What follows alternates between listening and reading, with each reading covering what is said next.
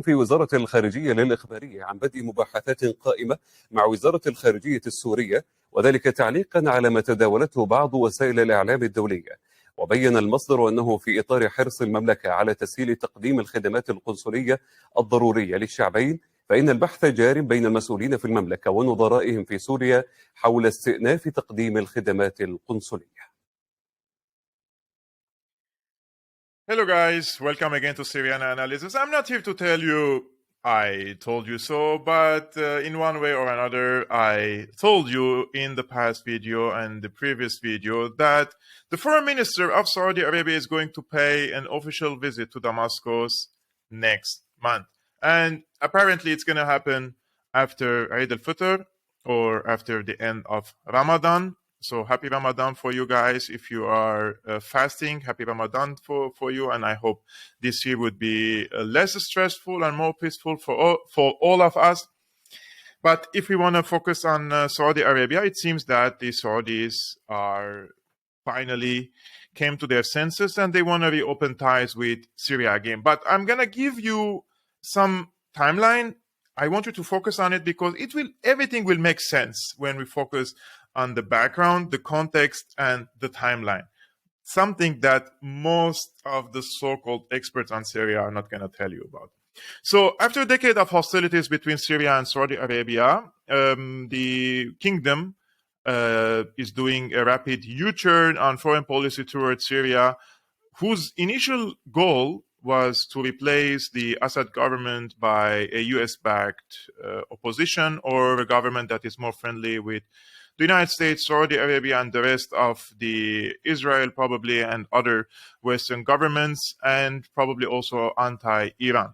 Now, this is the timeline that we have to focus on. Between 2011, so when the war started in Syria, the CIA waged a covert operation, Timber Sycamore, CIA, regime change war, etc., started in 2011. Between 2011 and 2013, Washington tasked Qatar to do the dirty job of the CIA in Syria, and I have an evidence for that.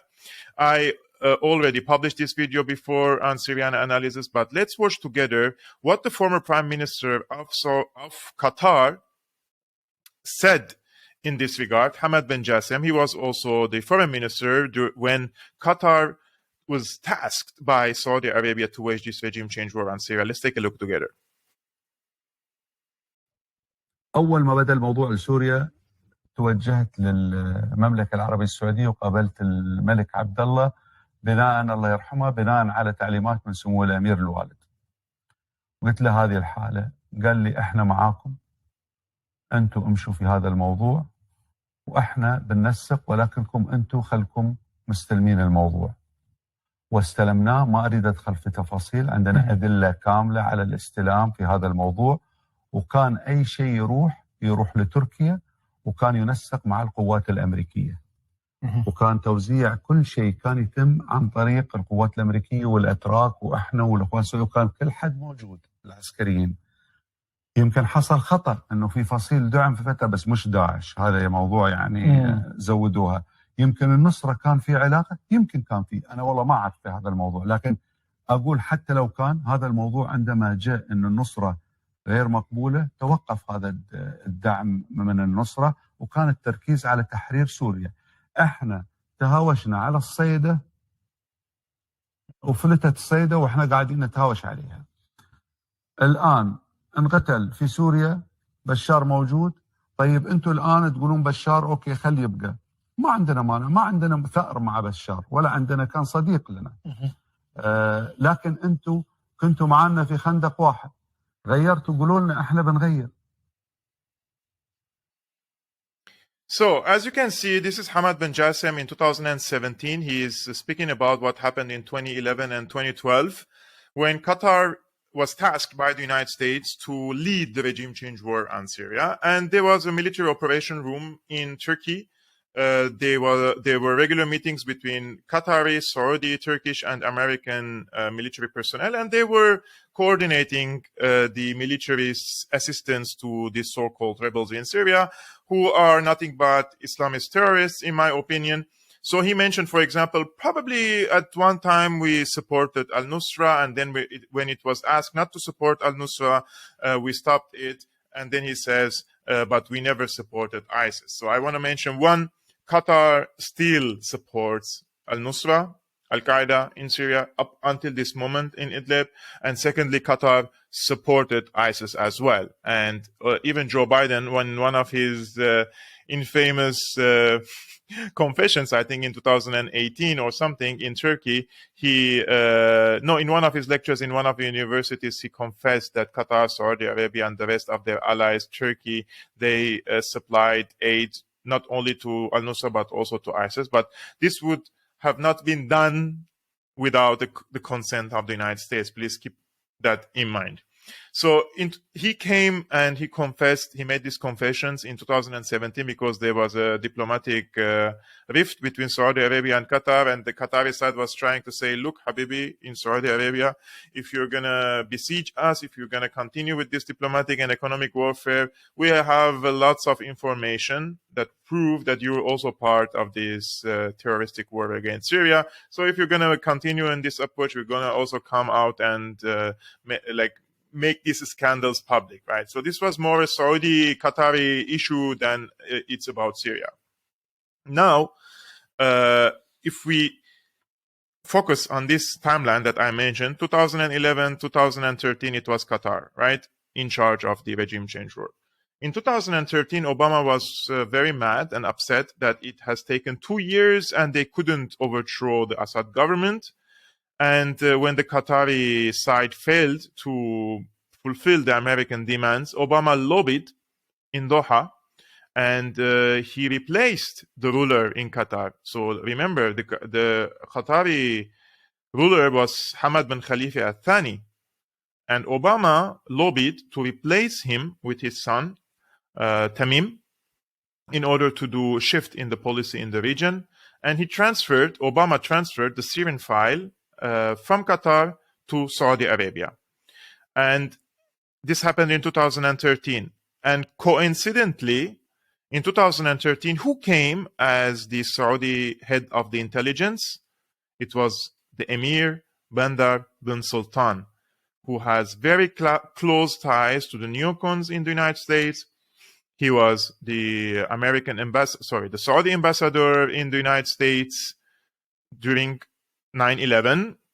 He had very close ties to the Bush family, and accordingly, he was. The media used to call him Bandar Bush because they had so much close ties with the Bush family. And I have another evidence that the Saudis have taken charge in 2013 to lead the regime change war against Syria. Again, Hamad bin Jassim, the former prime minister and the foreign minister of Qatar, he came again, I think, in 2021, and he confessed again that when this file was taken from them, the Saudi head of intelligence, Bandar bin Sultan, he called ministers and officials from the Arab world in Saudi Arabia, and he told them that he wants to collect $2 trillion to remove President Bashar al-Assad from power. Let's take a look.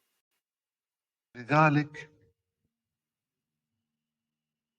جاء في مرحلة بندر استلم الاستخبارات السعودية وسلم هذا الملف. الأمير بندر بن سلطان. بندر بن سلطان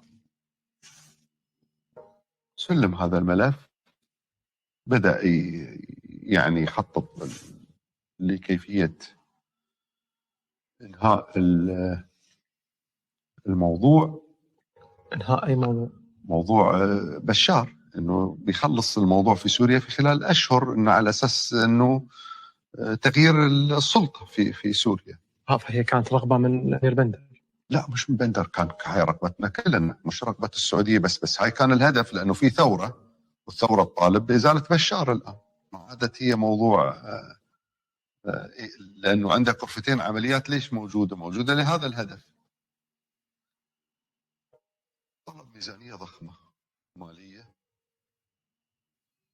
حدود 2000 مليار دولار بندر بس انت ذكرت انت اللي متصدين الملف. لا احنا متصدرين الملف بيجيك. احنا تصدرنا الملف اول كم شهر بعد ما جاء بندر، هو اراد انه، فصار خلاف بيننا وبين بندر على كيفية إدارة الموضوع، وجات ميزانية ضخمة البندر وطالبوا الدول تساهم، ما ساهمت قطر في ذاك. So as you can see, I mean, it's quite. It sometimes it boils my blood when I watch these officials speaking about our pain and the destruction of our country on TV channels. Unfortunately, in politics, there are no permanent friends and no permanent enemies. Maybe it's unfortunate for the people like myself, but for the politicians, they must take care of their people and they must take care of the national interests of Syria. So the regime change war has failed. But if you see what Hamad bin Jassim said again in 2021, the Bandar bin Sultan asked for $2 trillion.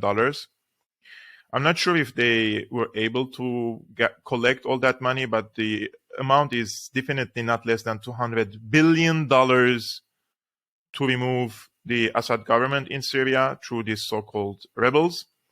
But at the same time, when this rift happened, he mentions that, right?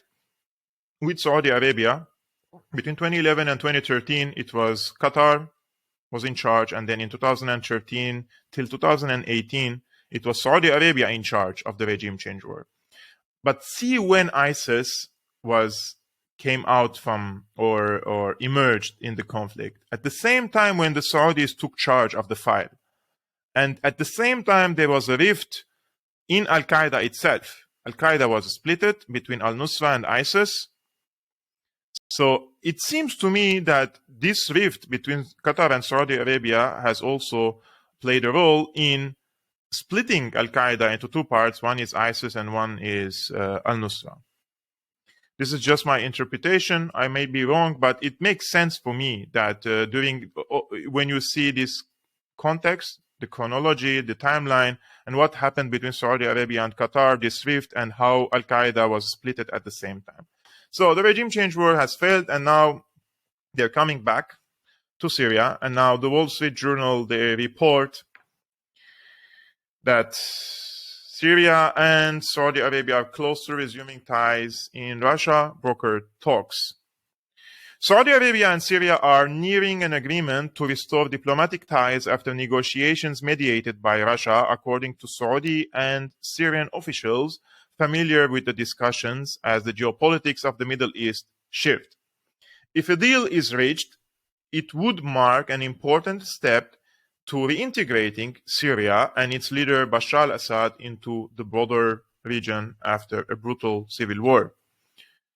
Following the Chinese brokered deal between Saudi Arabia and Iran on resuming ties this month, the emerging Damascus-Riyadh rapprochement, if it sticks, would leave the US on the sidelines again on another major Middle East development. Saudi and Syrian officials said negotiators are aiming to conclude a deal before a potential visit by Saudi Foreign Minister Faisal bin Farhan to Damascus after the Muslim holiday of Eid al-Fitr in late April. But they cautioned that the discussions could still break down.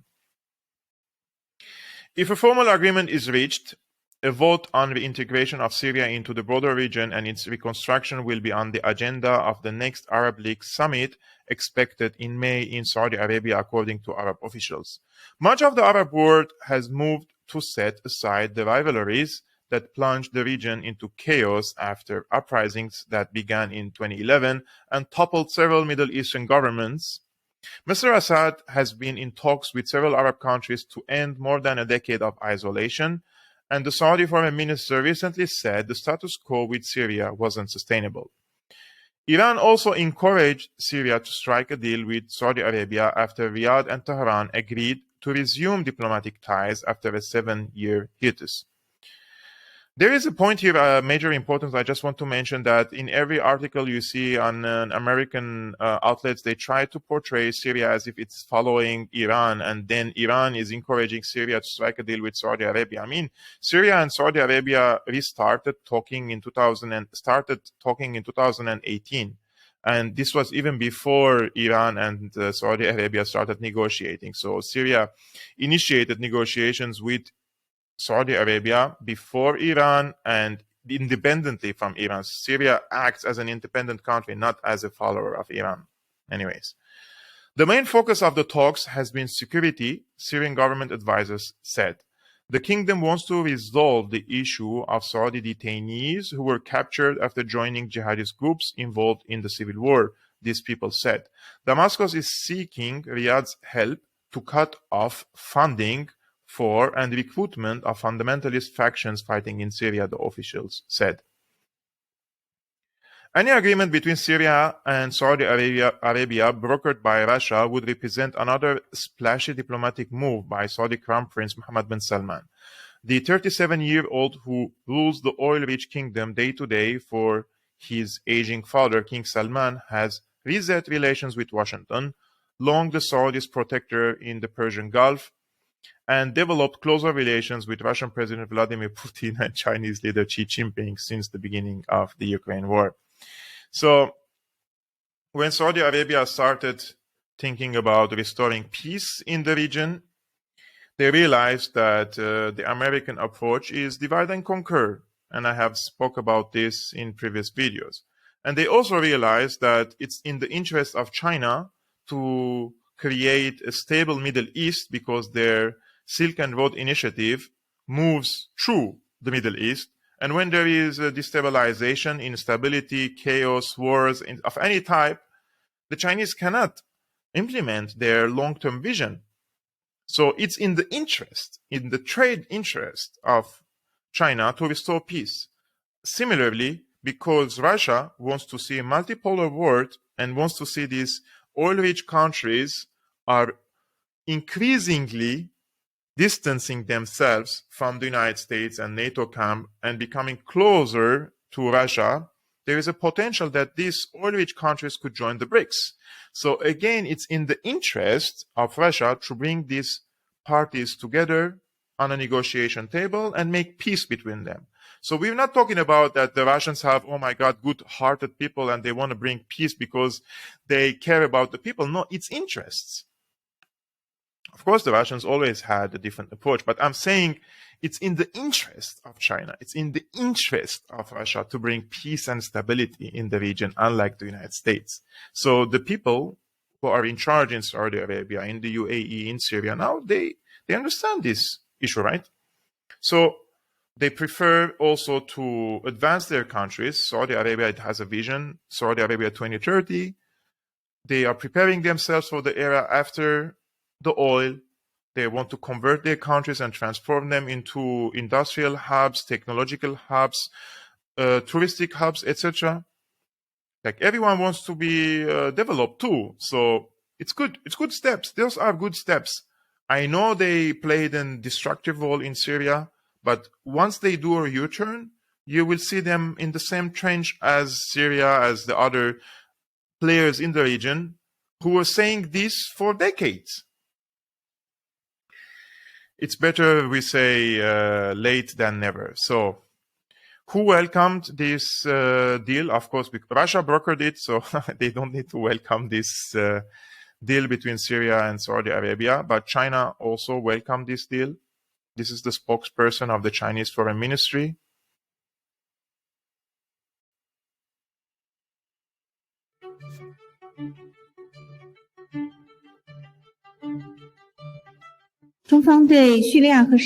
China welcomes the agreements reached between Syria and Saudi Arabia. Syria's return to the Arab family will help to realize solidarity and revitalization of Arab states. Let me stress again that China firmly supports greater solidarity and coordination among Arab states, strengthens strategic autonomy, and jointly promotes regional peace, stability, and development.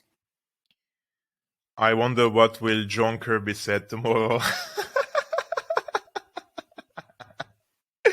on this case, sometimes like I enjoy watching this guy. You can see his feelings on his face, even especially when he is mad on something. You can read his face very clearly. He has this baby face, and his face cannot hide his emotions. And it's so fun to see the Americans aren't happy when others are creating peace, establishing peace in the region, and they're really pissed off. Now, I have two things here to ask. Are the Arabs uniting against the US when they come together? Or is it a tactical move to continue fighting with diplomatic means instead of arms and hostilities against each other? There is a report on an Indian TV, which I'm still surprised that they called Syria a regime, and they say there was a peaceful democratic revolution in Syria, and then Assad cracked down on them. I'm really surprised that they still use this narrative. But apparently in this commentary, they're trying to say that Arabs are uniting against the US and to create a new world order and this stuff. So let's see what this anchor on the Indian TV says. Vladimir Putin tried to cobble up that new alliance. West Asia also is witnessing a major transition. Old rivalries are fading in the face of new temptations. Old enemies are becoming friends all over again. Just to put this simply, the Arab world seems to be uniting for a common cause. And what is their cause? The same as China's and Russia's. Countering Western hegemony, standing up to American domination. So what exactly are they doing about this? Well, they are bolstering their ties. Just have a look at some recent developments. Over the weekend, something unusual happened. The president of Syria visited the UAE, Bashar al-Assad. He went to Abu Dhabi on Sunday and met his counterpart, Sheikh Mohammed bin Zayed Al Nahyan. This, by the way, was Assad's second trip to the UAE in as many years, and it came right after a visit to Oman last month. So according to this Indian journalist or the Indian anchor, Arab countries are coming together to counter Western or American hegemony in the region. I mean, whether they are doing that intentionally or not, just uniting on economic lines, diplomatic lines, social lines in the region is a blow for the American hegemony. Because for at least 100 years, especially since the end of the First World War, the French and the Brits divided the region on the divide and conquer strategy. They divided the regions into regions of influence.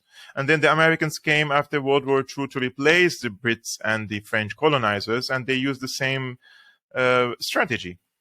And now these countries are pursuing their own foreign policy interest, and probably because the Americans are slowly leaving the region, because for them the priority now is Eurasia, to protect the most important geopolitical region in the world, which is Ukraine and Eurasia. So their fight against Russia is very instrumental or very existential for the empire, and also Far East Asia in Taiwan against China. So the United States cannot overstretch now and fight in different fronts. So maybe because they are withdrawing their forces rapidly from Afghanistan, from the Middle East, and they are not as interested as they were in the region, some of these countries, they found an opportunity to make peace between each other. That's a high probability. Another expert on an Israeli TV, however, says that these countries are coming together and it's just a continuation of the war between them, but with different means.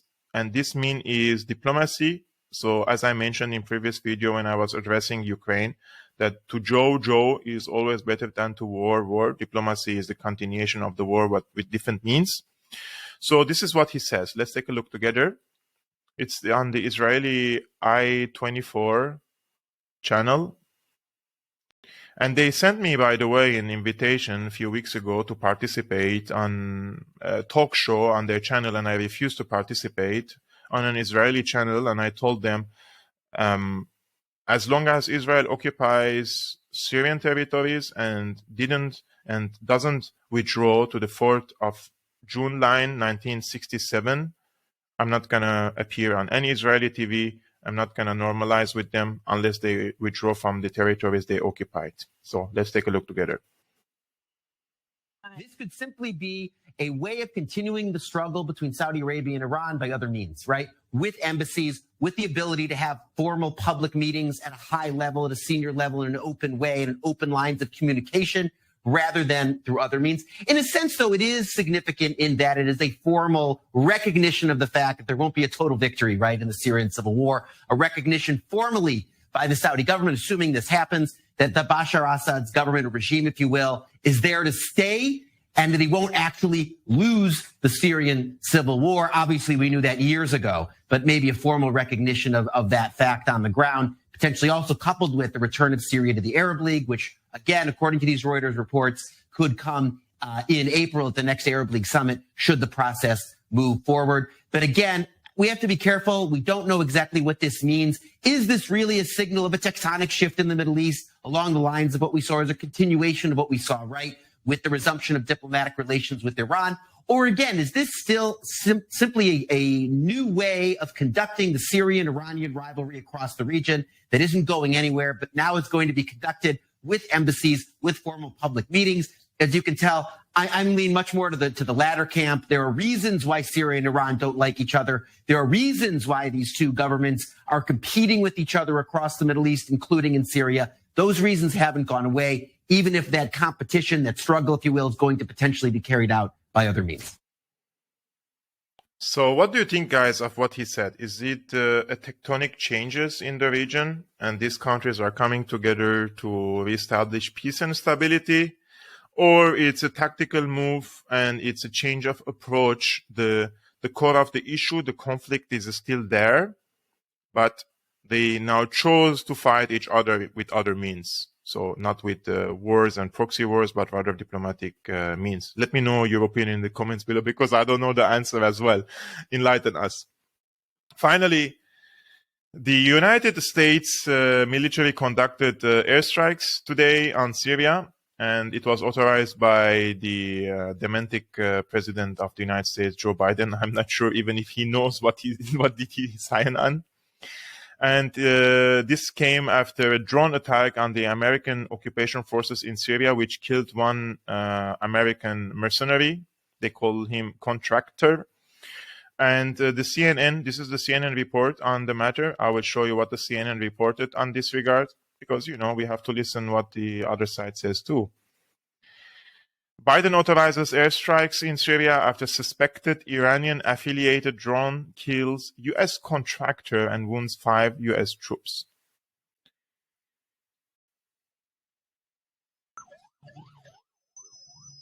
President Joe Biden ordering a U.S. airstrike in eastern Syria Thursday after U.S. intelligence assessed that an Iranian-origin drone killed an American contractor and wounded 5 U.S. service members and another U.S. contractor. Biden authorized the strike, quote, against facilities used by groups affiliated with Iran's Islamic Revolutionary Guard Corps, Secretary of Defense Lloyd Austin said in a statement. The Department of Defense said it, quote, took proportionate and deliberate action intended to limit the risk of escalation and minimize casualties. The U.S. military maintains approximately 900 U.S. troops in Syria, some of which are there as part of a coalition to defeat ISIS. But those forces are often under attack by Iranian proxies. Iran's vast and deeply resourced proxy forces spread instability throughout the region and threaten our regional partners. The commander of U.S. Central Command said in a statement following the strike, quote, we are postured for scalable options in the face of any additional Iranian attacks. Testifying on Capitol Hill Thursday, Kurilla said that Iranian proxies have carried out attacks on U.S. forces in the Middle East 78 times since the beginning of 2021. So what Iran does to hide its hand is they use Iranian proxies. That's either UAVs or rockets to be able to attack our forces in either Iraq or Syria. Are these considered acts of war by Iran? They are being done by the Iranian proxies, is what I would tell you, Congressman. The Biden administration has carried out multiple airstrikes against militias affiliated with Iran following previous attacks on U.S. facilities in the region. Biden's first known military action was a strike in February 2021 after rocket attacks on U.S. troops in Iraq. Now, adding to this concern I just don't want to listen to that woman because she doesn't make any sense there. But the main argument here is the United States forces in Syria are to defeat ISIS, which can't be further from the truth. First of all, if the Americans want to defeat ISIS, they have to cooperate with anti-ISIS forces in Syria, and they don't do that. And secondly, ISIS comes and attacks most of the time U.S. Army positions and posts near American bases, and they don't attack American bases. And three, ISIS for a very long time, it was a tool used against Syria by the United States, and they were knowingly watching how ISIS expanding in the region, because they thought it's a good idea that ISIS would be a pressure card on Assad, and this was confessed by John Kerry, the former state security. Anyways, the foreign minister, state security, what I'm saying, sometimes I forget even the titles. Secretary of the State of the United States. And when they say that, oh, we are there to fight against ISIS, but the Iranians are attacking us, they're giving the impression that Iran is helping ISIS, which is, again, can't be further from the truth. Because if the Americans now, or the Kurds, they have some ISIS prisoners, right? Or anyone, just ask any ISIS member, who do you hate most, the Americans or the Shiites? And they would definitely tell you the Shiites, and the Iranians are Shiites. Those people are genocidal maniacs, and they wanted to ethnically cleanse the Shiites and the Alawites and the Christians in Syria. And the Americans found in ISIS a useful force against a mutual enemy. Even if they didn't give direct weapons to ISIS, but they supplied weapons to the so-called moderate rebels, and the moderate rebels were fighting with ISIS in several places in Syria. And when there was a split between ISIS and al-Nusra, so Al-Qaeda split it, the Free Syrian Army that was supported by the CIA, they joined a coalition with Al-Qaeda, with al-Nusra. And that was a political rift, not an ideological rift, or they didn't have a different goal in Syria, right? I just want to mention a few things here. The US forces in Syria are occupation forces. They are not invited, they don't have a legitimacy, and they don't have an authorization by the UN or any other legitimate international organizations. Therefore, they have no right to stay in Syria.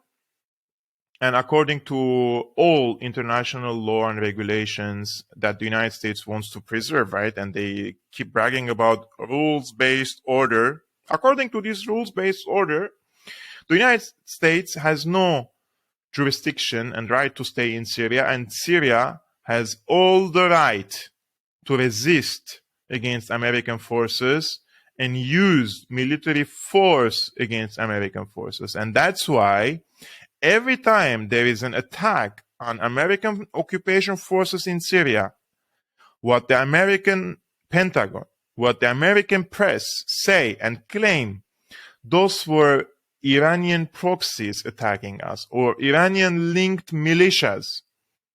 Do you see? Because why do they say that? Because legally speaking, if Syrians attack the American forces, they have the right to use force. But when they say those are Iranian-linked militias, they give the impression that the Iranians are illegally in Syria, they have militias there, and they're the ones attacking the Americans and not the Syrians. So it's not about resistance, but about hostilities between Iran and the United States. And this gives also the United States forces, or their stay in Syria, a legitimacy in front of the public opinion in the United States. Do you see what's the game here? So this was today's video, guys. I hope you enjoyed it. If you're new, please subscribe. I've been your host, Kevork Almassian of Syriana Analysis. Please subscribe to my YouTube channel and hit the like button and spread this video on your social media accounts.